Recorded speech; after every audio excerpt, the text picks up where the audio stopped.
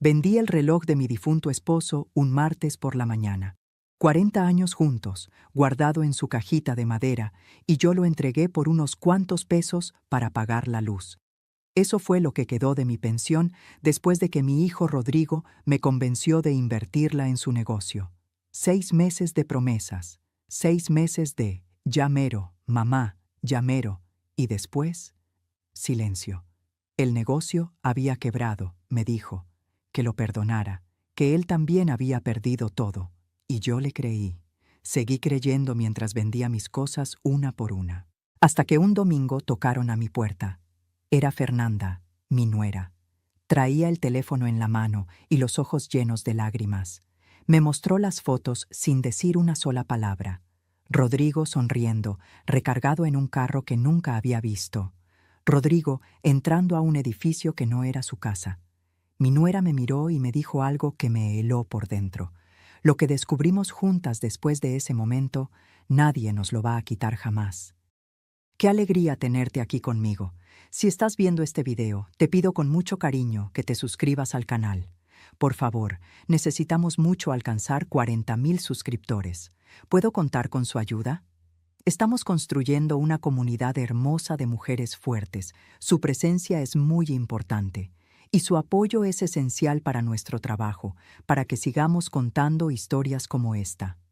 Cuéntame también en los comentarios desde dónde nos está escuchando. Nos emociona saber hasta dónde llegan nuestras historias. Fernanda estaba en el umbral de mi puerta, con las manos apretadas alrededor del teléfono, como si tuviera miedo de que se le cayera, como si en ese aparato pequeño cargara algo frágil y al mismo tiempo devastador, algo que no podía permitirse soltar. Tenía los ojos hinchados, la respiración entrecortada, y no dijo nada cuando la dejé pasar. Solo entró. Y en el momento exacto en que cruzó la puerta y sus ojos comenzaron a recorrer la sala, vi en su cara el cambio. Vi el instante preciso en que dejó de ver lo que esperaba ver y empezó a ver lo que realmente había, o mejor dicho, lo que ya no había. Porque Fernanda vio lo que yo ya no veía. Uno se acostumbra a las ausencias con una velocidad que da miedo. Aprende a no mirar los rincones donde antes había cosas. Aprende a no extrañar el sillón que ya no está, la lámpara que se fue, el cuadro de la Virgen que colgaba sobre la repisa y que ahora es solo una mancha más clara en la pared, una cicatriz que le quedó a la pintura de haber sostenido algo durante tanto tiempo. La televisión ya no estaba en el mueble tampoco.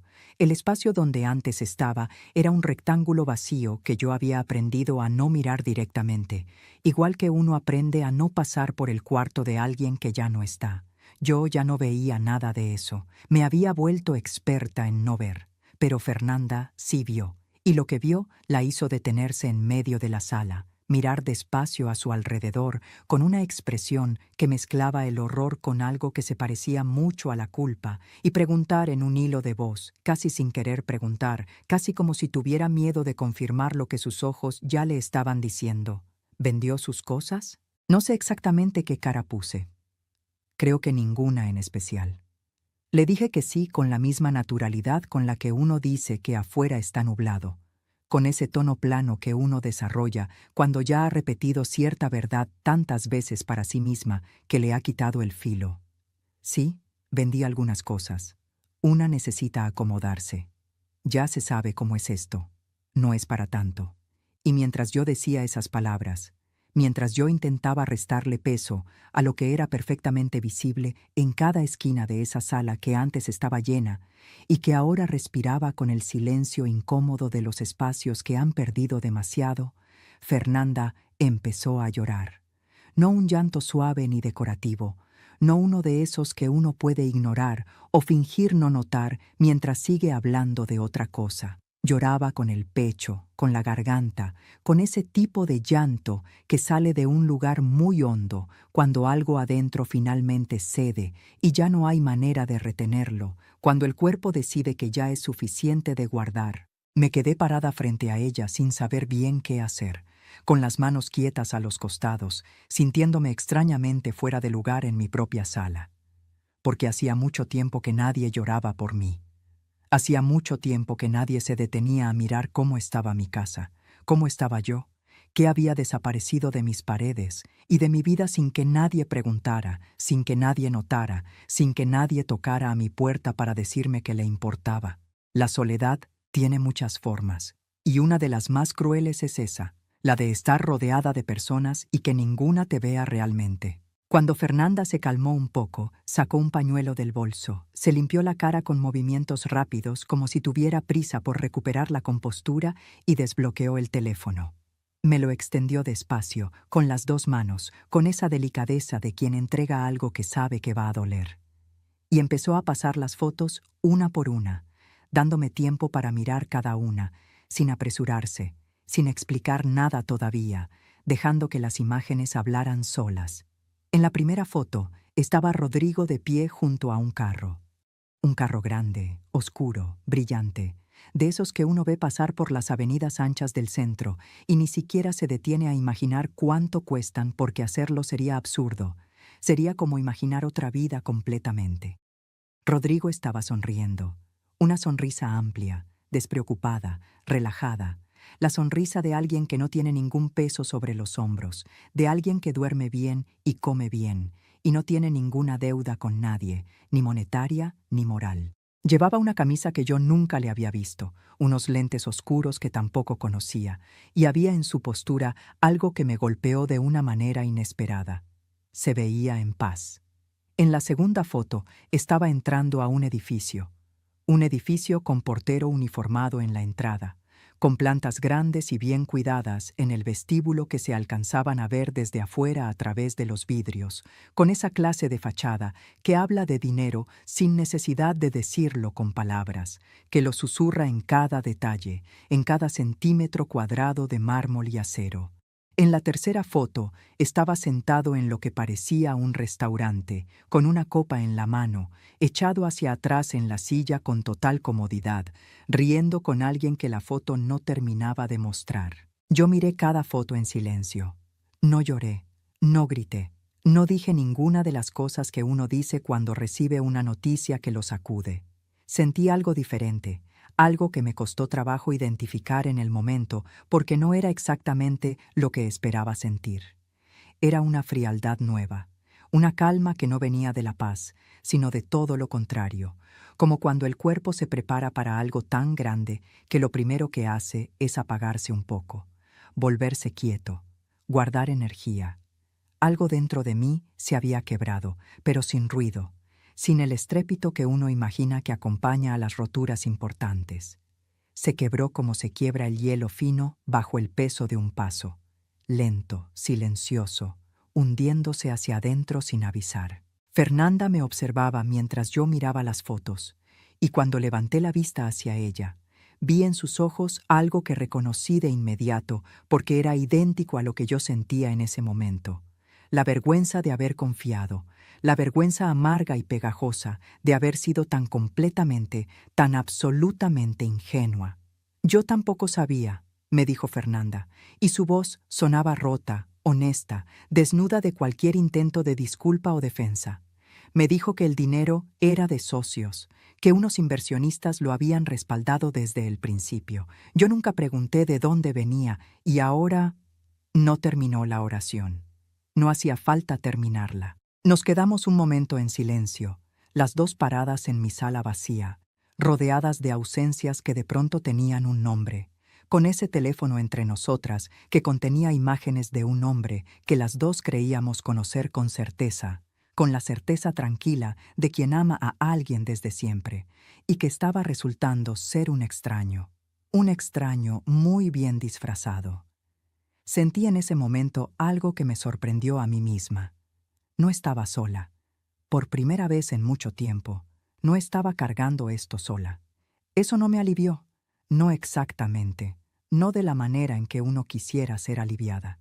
Pero sí me dio algo parecido a un suelo firme bajo los pies cuando el suelo se está moviendo. Algo a lo que aferrarme mientras procesaba lo que esas fotos significaban. Fernanda respiró profundo. Se acomodó el bolso en el hombro con un gesto decidido, me miró directo a los ojos y dijo con una determinación que yo no esperaba encontrar en ella en ese momento: «Tenemos que ir a un abogado, las dos». Y yo, que llevaba meses sin saber qué hacer con lo que sentía, que llevaba meses moviéndome entre la vergüenza y el dolor y la incredulidad, como quien camina en círculos en un cuarto oscuro, asentí, porque tenía razón. Era el momento de dejar de absorber el golpe en silencio y empezar a hacer algo concreto con él. ¿Alguna vez la traición de alguien amado te dejó sin palabras, sin saber ni siquiera cómo empezar a reaccionar? Acompáñame, porque lo que Fernanda y yo descubriríamos juntas apenas comenzaba a asomarse. Mi nombre es Consuelo. Soy viuda desde hace algunos años y pasé la mayor parte de mi vida con las manos ocupadas, una aguja en una, un hilo en la otra, inclinada sobre telas ajenas, cosiendo los vestidos de 15 años de otras niñas, los manteles de las bodas de otras familias, los uniformes de escuelas que yo visitaba solo cuando había que pagar algo. Nunca para festejar, nunca para sentarme y tomar café con otras madres porque siempre había trabajo esperándome. Fui costurera toda la vida, desde joven, desde que mi madre me puso una aguja en la mano y me enseñó que con eso se podía vivir. Y viví, con lo justo, con lo necesario, con la dignidad de quien sabe que lo que tiene lo ganó con sus propias manos y no le debe nada a nadie. Mi esposo Aurelio fue un hombre bueno, aunque la vida nos fue poniendo entre los dos cada vez más horas de trabajo y menos horas de estar juntos. No por falta de amor. Así funcionaban las cosas. Él salía temprano, llegaba tarde, y la crianza de Rodrigo fue cayendo sobre mí de manera natural, sin que nadie lo decidiera exactamente, sin que nadie lo nombrara. Yo era la que estaba. Yo era la que esperaba despierta, la que preparaba la cena, la que revisaba las tareas, la que se sentaba a la orilla de la cama cuando había fiebre. Rodrigo fue mi alegría más grande desde el primer día, y también, debo admitirlo, mi punto más vulnerable. Siempre lo supe. Había en el amor que yo le tenía una intensidad que a veces me asustaba a mí misma, una incapacidad para ponerle límites que yo reconocía como debilidad, y aún así no podía corregir, porque corregirla hubiera requerido dejar de amarlo de esa manera, y eso era algo que yo simplemente no sabía hacer. Hubo momentos, a lo largo de los años, en que algo dentro de mí se incomodaba sin saber bien por qué. Pequeñas cosas que yo descartaba con demasiada rapidez, una explicación que no terminaba de cuadrar, una ausencia que se prolongaba más de lo que debía, una evasiva respondida con tanta fluidez que casi parecía ensayada. Yo las notaba y elegía no verlas, porque verlas hubiera significado hacerme preguntas que no quería hacerme. Eso no fue ingenuidad pura, fue negación. Fue el mecanismo silencioso con el que el amor nos protege de verdades que todavía no estamos listas para sostener. Aurelio enfermó cuando Rodrigo todavía necesitaba mucho de los dos, y los últimos años de mi matrimonio los pasé siendo esposa, enfermera, costurera y madre al mismo tiempo, sosteniendo todo con esas mismas manos que habían cosido vestidos ajenos toda la vida. Cuando Aurelio murió, me quedé sola de una manera que no tiene nombre exacto. No era solo la ausencia de él, era la ausencia de todo lo que habíamos construido juntos, de la rutina, del peso de alguien más respirando en la casa. Aprendí a estar sola. Me tomó tiempo, pero aprendí. La pensión que me quedó era modesta. No alcanzaba para grandes cosas, pero era estable, era mía. Era la certeza de que cada mes habría algo para pagar la luz, la comida, los medicamentos cuando hicieran falta. Era mi independencia, y yo la cuidaba con el cuidado silencioso de quien sabe que ese hilo es lo que lo sostiene todo. Entonces llegó Rodrigo con su proyecto. Un domingo, bien vestido, con papeles bajo el brazo y esa sonrisa que desde niño siempre me había desarmado.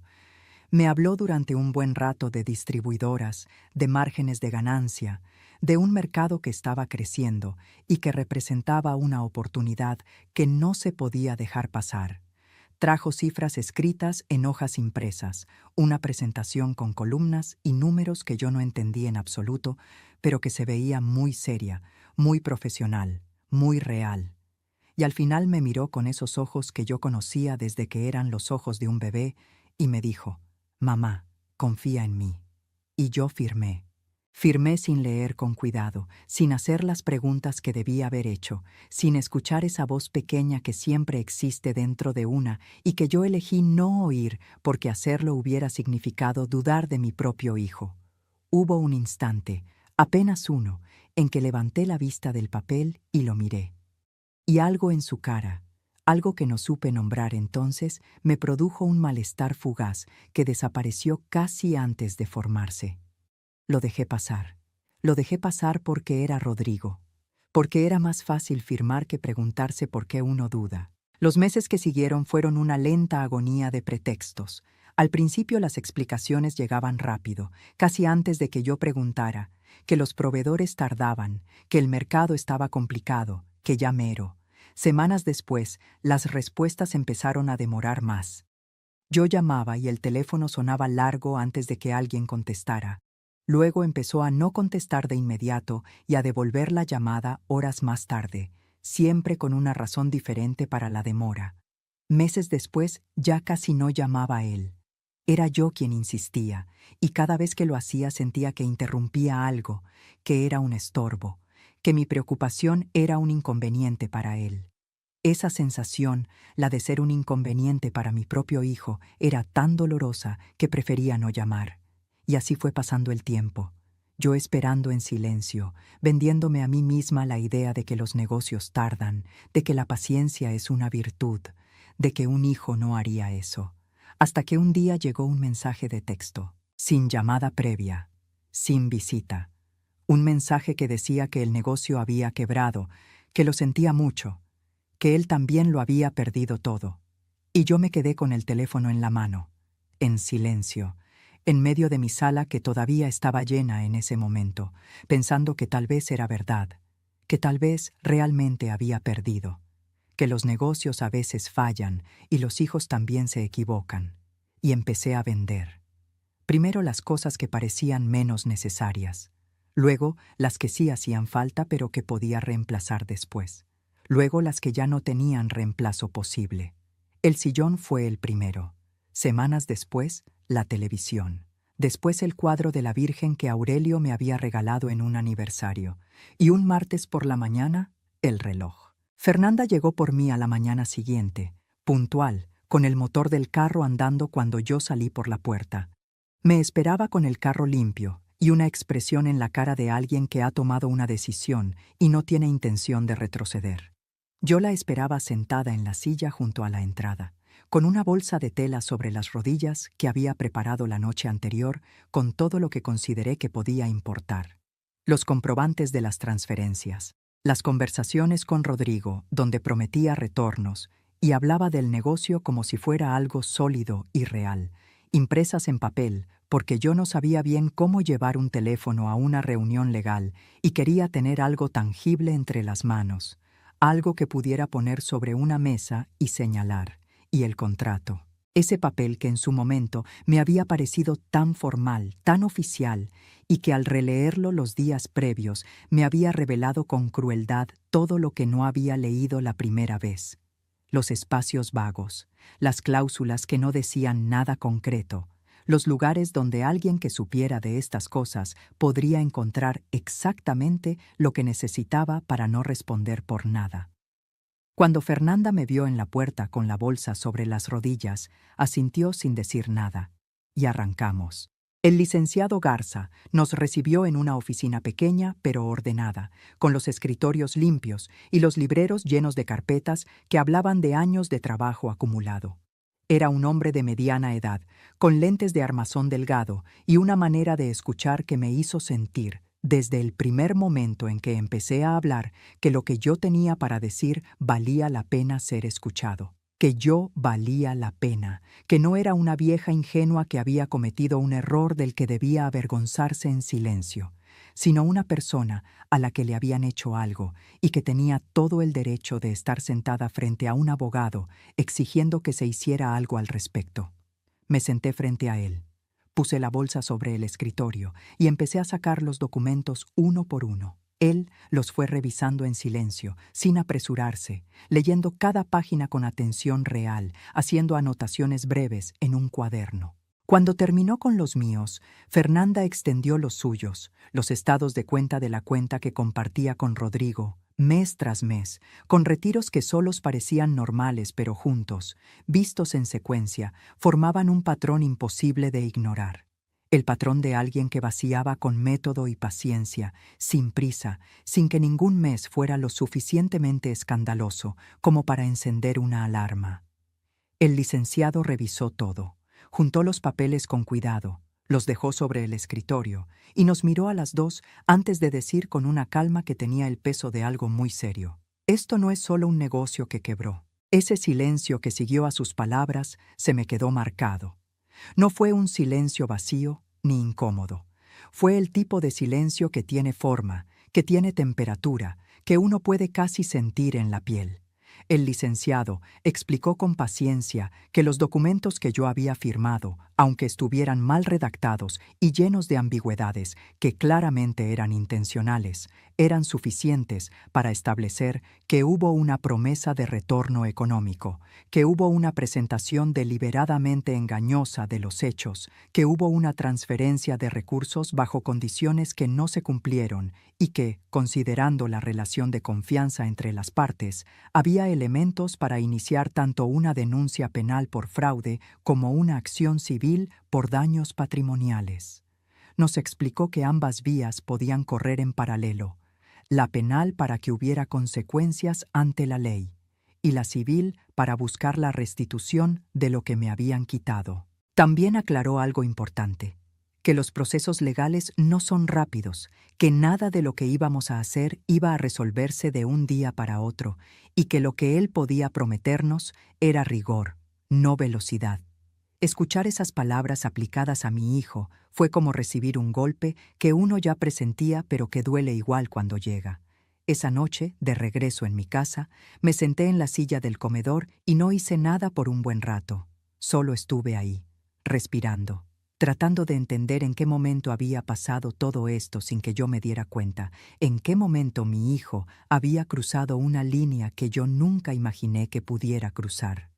El licenciado había iniciado las búsquedas formales esa misma tarde, y lo que apareció en las primeras horas ya nos indicaba que lo que teníamos enfrente era mucho más grande, mucho más profundo de lo que cualquiera de las dos había llegado a imaginar. El nombre de Rodrigo aparecía vinculado a una segunda empresa, una empresa registrada desde hacía tiempo, una empresa que, a diferencia de la distribuidora que supuestamente había quebrado y se había llevado mi pensión con ella, seguía completamente activa, seguía operando, seguía generando dinero. ¿Qué más escondía ese hombre detrás de su cara de hijo arrepentido? Sigue aquí conmigo, porque lo que encontraríamos a continuación cambiaría todo lo que creía saber. Si te está gustando esta historia, por favor, asegúrate que ya estás suscrita al canal. Necesitamos mucho alcanzar 40,000 suscriptores. ¿Puedo contar con su apoyo a nuestro trabajo?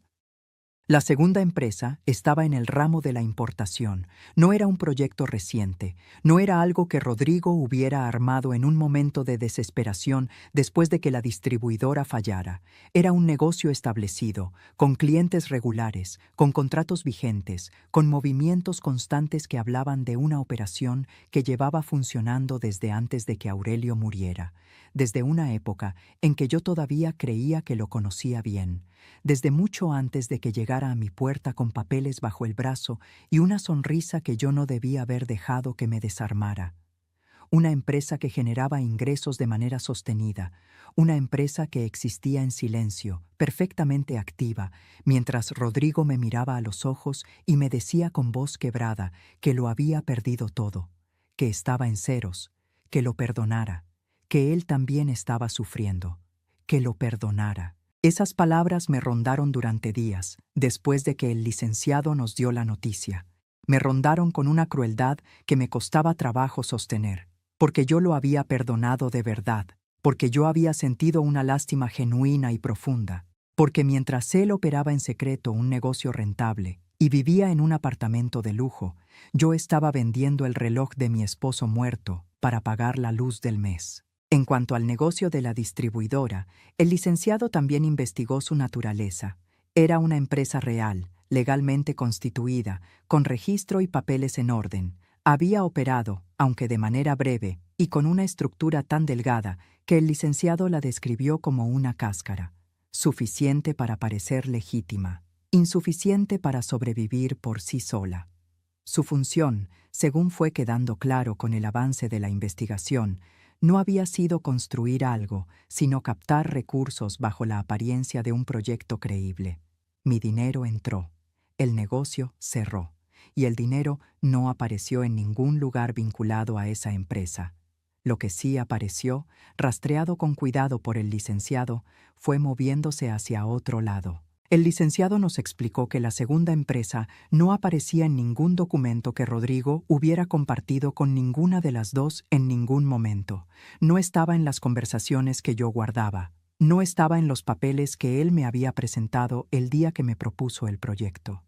No aparecía en ninguno de los estados de cuenta ni en ninguna de las conversaciones que Fernanda tenía de su vida cotidiana con él. Era una existencia completamente paralela, construida con cuidado para mantenerse separada, invisible para quienes lo conocían de cerca, diseñada para que solo pudiera ser encontrada por alguien que supiera exactamente dónde buscar. El licenciado siguió buscando, y entonces encontró lo del apartamento. El edificio de las fotos, ese edificio con portero y plantas en el vestíbulo que Rodrigo entraba en las imágenes con la naturalidad tranquila de quien llega a su propia casa, no estaba registrado a nombre de Rodrigo. Estaba a nombre de una mujer joven, una mujer que resultó ser empleada de la empresa oculta. El licenciado lo dijo con la mesura profesional de alguien acostumbrado a dar noticias difíciles, pero las palabras llegaron igual. El apartamento era de ella en el papel, pero los pagos correspondientes salían de cuentas vinculadas a la empresa de importación. Rodrigo lo habitaba con regularidad y tenía acceso irrestricto a él. Era, en términos jurídicos, lo que se conoce como una interposición de persona, alguien que presta su nombre para que el verdadero beneficiario no aparezca en los documentos. El licenciado explicó que eso, precisamente, era lo que permitiría al proceso legal alcanzar ese bien, cuando se demuestra que el titular formal es solo una figura y que el beneficiario real es otro. Los tribunales pueden declarar la simulación y extender las medidas cautelares a esos bienes, aunque no estén a nombre del demandado. Miré a Fernanda cuando el licenciado terminó de decir eso. Vi en su cara algo que me partió el corazón de una manera distinta a como me lo había partido lo de mi pensión, porque ese dolor era diferente, era más íntimo, era el de una mujer que había creído en alguien con la confianza completa de quien comparte su cama y sus días y su futuro, y que ahora estaba descubriendo que ese alguien tenía otra vida, otra casa, otra persona, todo guardado con pulcritud detrás de una puerta que ella nunca supo que existía. Fernanda no lloró en esa oficina. Apretó la mandíbula, respiró despacio por la nariz y se quedó muy quieta, con esa quietud particular de quien está procesando algo demasiado grande y demasiado doloroso para responder en el momento. Yo la observé y pensé que las dos estábamos aprendiendo, en tiempo real, que el hombre que cada una había amado a su manera era alguien que no existía del todo, o que existía solo en partes, en versiones cuidadosamente editadas que él nos había permitido ver mientras guardaba el resto. Esa noche, de vuelta en mi casa, abrí el cajón de la cómoda del cuarto, buscando algo, y encontré, debajo de unos papeles viejos y una estampita que guardaba desde hace años, una foto de Rodrigo de niño. Tendría unos 7 u 8 años en la foto. Estaba sentado en los escalones de la casa donde crecimos, con una rodilla pelada y una sonrisa enorme, de esas sonrisas de niño que todavía no han aprendido a disimular nada, que muestran todo lo que sienten sin filtro ni cálculo. Lo miré un buen rato. Pensé en la cantidad de noches que pasé despierta cuando estaba enfermo, contando los grados de fiebre y rezando en voz baja para que bajara. Pensé en los zapatos que compré para él antes de comprarme los míos, cuando el dinero no alcanzaba para los dos. Pensé en los cumpleaños con lo que había, porque no había más, pero siempre había algo. Siempre había un pastel, aunque fuera pequeño, y una velita y una canción cantada con todo el amor que yo era capaz de reunir. Pensé en todo eso y volví a mirar esa carita en la foto, y sentí que era imposible conectar a ese niño con el hombre de las fotos del teléfono de Fernanda, recargado en un carro lujoso sonriendo sin ningún peso visible. Guardé la foto. No la tiré. Creo que no supe tirarla porque hacerlo hubiera sido también tirar algo de mí, algo que todavía no estaba lista para soltar del todo, aunque ya no supiera bien qué era exactamente. El licenciado nos había pedido con insistencia que no confrontáramos a Rodrigo, que siguiéramos comportándonos con la normalidad de siempre, que no le diéramos ninguna señal de que algo se estaba moviendo detrás de escena. Y obedecí. Unos días después, Rodrigo me llamó. Preguntó si estaba bien, si necesitaba algo, con esa voz suave, esa voz que yo conocía desde que era un bebé y que ahora escuchaba de una manera completamente nueva, buscando en cada pausa, en cada inflexión, algo que me revelara qué había realmente detrás. Le dije que estaba bien. Le dije que no necesitaba nada. Fernanda estaba sentada al otro lado de la mesa cuando eso pasó, escuchando, y cuando colgué nos miramos en silencio, y fue un silencio que lo decía todo. Yo había sostenido esa conversación sin temblar. Esa noche pequeña fue la única victoria que me permití. ¿Alguna vez sintieron que la persona en quien más confiaban en el mundo estaba viviendo una vida que ustedes no conocían? Cuéntenme en los comentarios. Quiero leerlas. Pero lo que el licenciado encontraría en los días siguientes haría que todo lo que sabíamos hasta ese momento pareciera apenas el inicio de algo mucho más oscuro. El licenciado solicitó el historial completo de la segunda empresa. Quería entender su origen con precisión, cómo se había constituido, con qué capital, bajo qué circunstancias, con qué fuentes de financiamiento. Era una pregunta que parecía técnica y que resultó ser la más importante de todo el proceso. Cuando los documentos llegaron, nos citó a las dos con una urgencia que no había tenido antes, con un tono en la voz que me indicó, antes de saber nada, que lo que había encontrado era grave. Cuando Fernanda y yo nos sentamos frente a él esa tarde, el licenciado abrió una carpeta, la colocó sobre el escritorio con cuidado y dijo antes de empezar a hablar: «Necesito que escuchen esto con calma». La empresa había sido constituida con un capital inicial que resultaba completamente incompatible con el historial de ingresos declarados que Rodrigo tenía en esa época. No había manera de que ese monto viniera de sus ahorros personales. No había fuente visible y rastreable que explicara de dónde había salido ese dinero para abrir un negocio de ese tamaño en ese momento. No, al menos si uno solo buscaba en los lugares donde Rodrigo era conocido. El licenciado fue más profundo y lo encontró. Parte del capital inicial de esa empresa había sido financiado con un crédito que no estaba a nombre de Rodrigo, estaba a mi nombre, a nombre de Consuelo, un crédito que yo nunca solicité, que yo nunca firmé conscientemente, que yo nunca supe que existía. El licenciado explicó cómo era posible. Rodrigo tenía acceso a mis documentos originales porque era mi hijo y vivía cerca, porque en más de una ocasión yo mismo le había pedido que me ayudara con trámites que yo no entendía bien, porque había momentos en que mis papeles pasaban por sus manos con toda naturalidad y yo no pensaba dos veces en eso. Según lo que la investigación estaba revelando, había falsificado mi firma en los formularios de solicitud. Había registrado un número de teléfono que era el suyo como contacto principal de la cuenta y había indicado una dirección de correspondencia diferente a la mía para que los estados de cuenta y las notificaciones llegaran a un lugar que yo nunca vería. Por eso nunca recibí cartas de cobranza, por eso nunca llegó ningún aviso a mi puerta. Rodrigo había construido un muro entre esa deuda y yo, un muro hecho de datos falsos y números que no eran los míos, diseñado para que el crédito existiera a mi nombre sin que yo pudiera enterarme de su existencia. Todo esto, además, había ocurrido mientras Aurelio todavía vivía. En una época en que yo me levantaba cada mañana a coser sin imaginar que algo así era posible, sin imaginar que alguien estaba usando mi identidad para construir una vida que yo nunca conocería. Me quedé sin palabras, literalmente sin palabras. El licenciado siguió hablando, y yo lo escuché desde un lugar que parecía muy lejano, como si su voz llegara a través de agua. Usted aparece registrada como deudora en más de un sistema de crédito.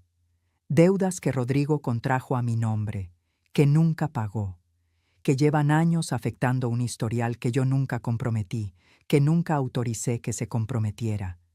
Yo no estaba siendo robada ahora. Yo estaba siendo robada desde hacía años.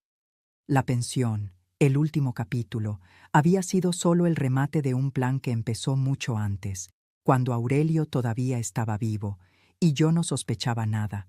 La empresa de importación que generaba ingresos, el apartamento de lujo, el carro nuevo, todo eso tenía en alguna parte de su origen el nombre de una mujer que cosía vestidos ajenos para pagar sus medicamentos y que nunca supo que su nombre estaba siendo usado para financiar una vida que no era la suya. Mientras yo procesaba eso, con las manos inmóviles sobre la falda y la cabeza llena de un ruido sordo que no era exactamente pensamiento, Fernanda abrió su bolso y sacó un cuaderno.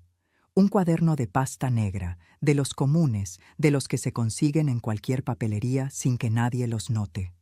Me dijo que lo había encontrado en casa días antes, guardado entre cosas de Rodrigo, y que en ese momento no le había dado importancia porque pensó que era algo del trabajo, notas de algún proyecto.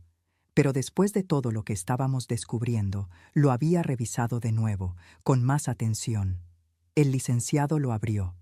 Las páginas estaban llenas de anotaciones a mano, la letra apretada y ordenada de Rodrigo, que yo reconocí de inmediato, fechas, montos, referencias cruzadas, operaciones anotadas con la frialdad metódica de alguien que lleva contabilidad de algo que no puede declarar abiertamente, y en varias páginas, repetido una y otra vez, mi nombre, Consuelo, con números junto a él, con fechas, con anotaciones breves cuyo significado el licenciado fue descifrando en silencio mientras pasaba las páginas, y cuya expresión mientras leía me fue diciendo, antes de que pronunciara una sola palabra, todo lo que necesitaba saber sobre lo que esas páginas contenían.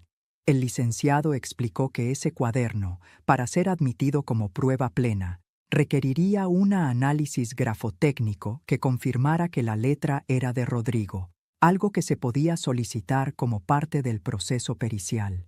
También señaló que las fechas anotadas en el cuaderno coincidían con exactitud con los movimientos bancarios que ya tenían documentados, lo cual reforzaba considerablemente su valor probatorio.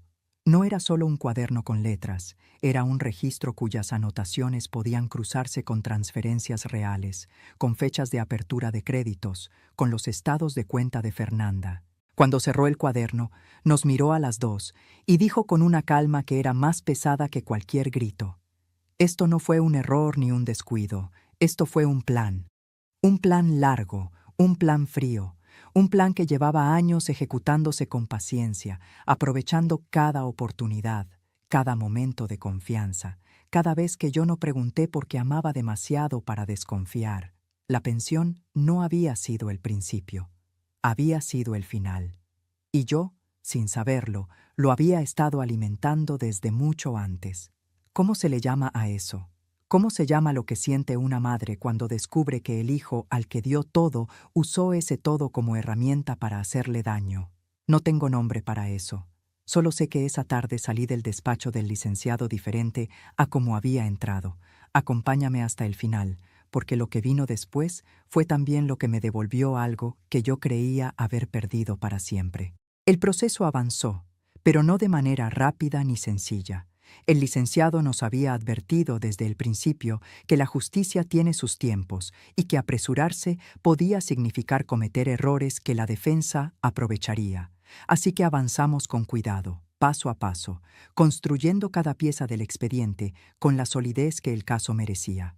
Se presentó la denuncia penal por fraude y uso indebido de documentos, detallando cada elemento: la transferencia de la pensión bajo representación engañosa, el crédito contratado con mi identidad sin mi consentimiento, el patrón de retiros sistemáticos de la cuenta conjunta.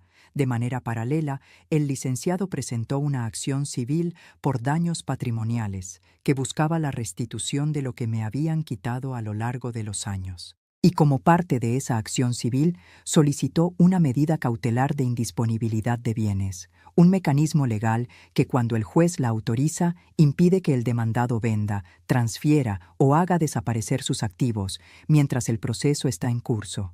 El licenciado explicó que para que el juez autorizara esa medida era necesario demostrar dos cosas: que había una apariencia sólida de que el derecho reclamado existía y que había un riesgo real de que los bienes desaparecieran si no se actuaba.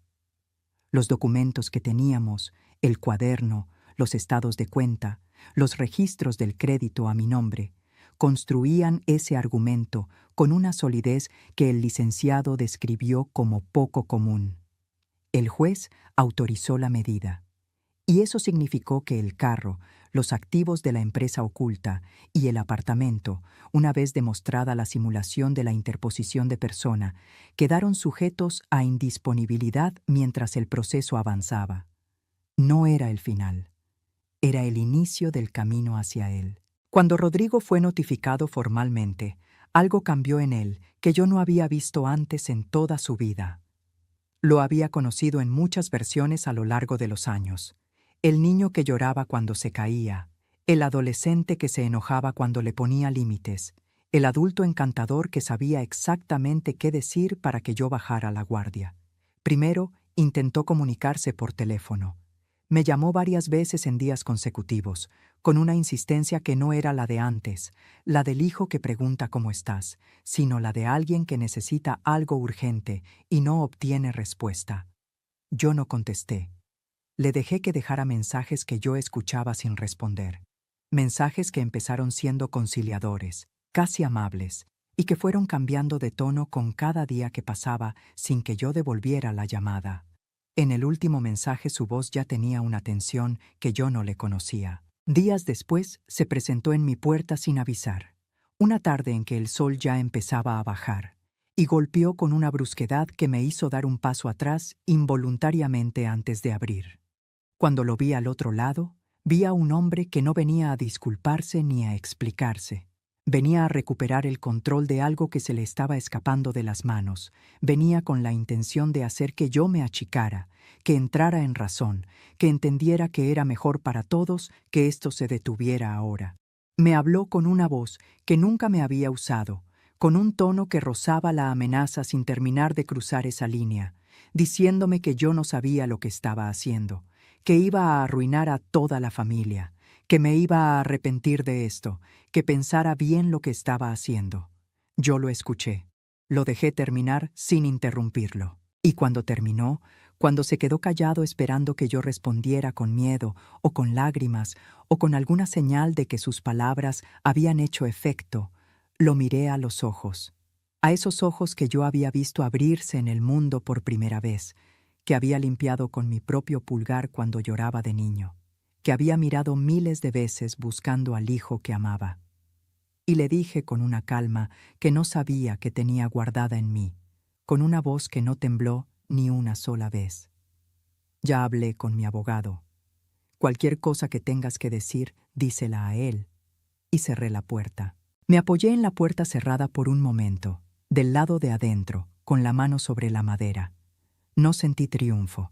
Sentí el peso enorme y silencioso de todo lo que había pasado, el cansancio profundo de alguien que ha cargado mucho durante mucho tiempo y que finalmente, ha puesto algo en el suelo, pero también sentí algo más pequeño y más firme, algo parecido a la dignidad recuperada, a la certeza de que yo había hecho lo correcto aunque doliera, de que nadie, ni siquiera mi propio hijo, tenía derecho a tratarme como si yo no valiera nada. La justicia siguió su curso, con la lentitud que le es propia y que el licenciado nos había advertido desde el principio. La medida cautelar se mantuvo mientras el proceso avanzaba. El análisis grafotécnico confirmó que la letra del cuaderno era de Rodrigo, lo cual sumó ese elemento al expediente con fuerza probatoria. La defensa de Rodrigo intentó impugnar algunos documentos, argumentando ambigüedades en los contratos y cuestionando la validez de ciertas transferencias, pero el cruce de evidencias, el cuaderno, los registros bancarios, los créditos a mi nombre con su número de teléfono como contacto, construía un conjunto difícil de desmantelar. El proceso de limpiar mi historial crediticio fue burocrático y lento, como el licenciado había advertido. Requirió pericias, impugnaciones formales ante las instituciones de crédito y meses de gestiones que yo fui siguiendo con paciencia, con una paciencia nueva que no era resignación sino determinación.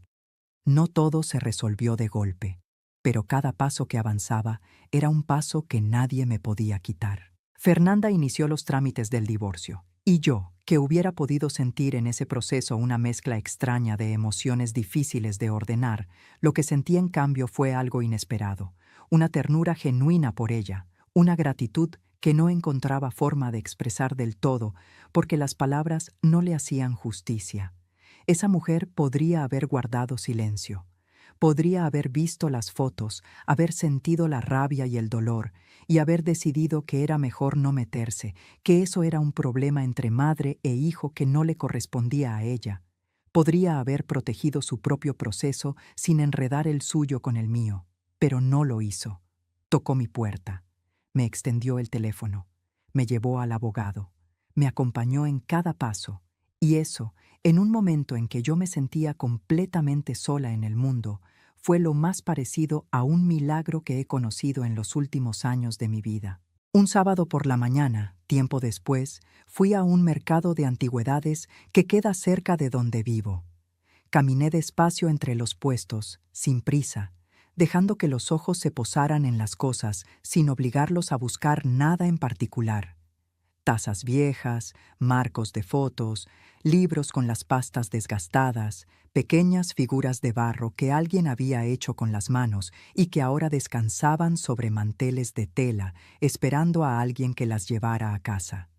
Y entonces lo vi, un reloj, viejo, simple, con una cajita de madera un poco gastada que no era igual a la del reloj de Aurelio, que no tenía la misma forma ni el mismo color exacto, que no era el mismo en ningún sentido importante, pero tenía algo en la manera en que estaba quieto ahí, esperando, que me hizo detenerme.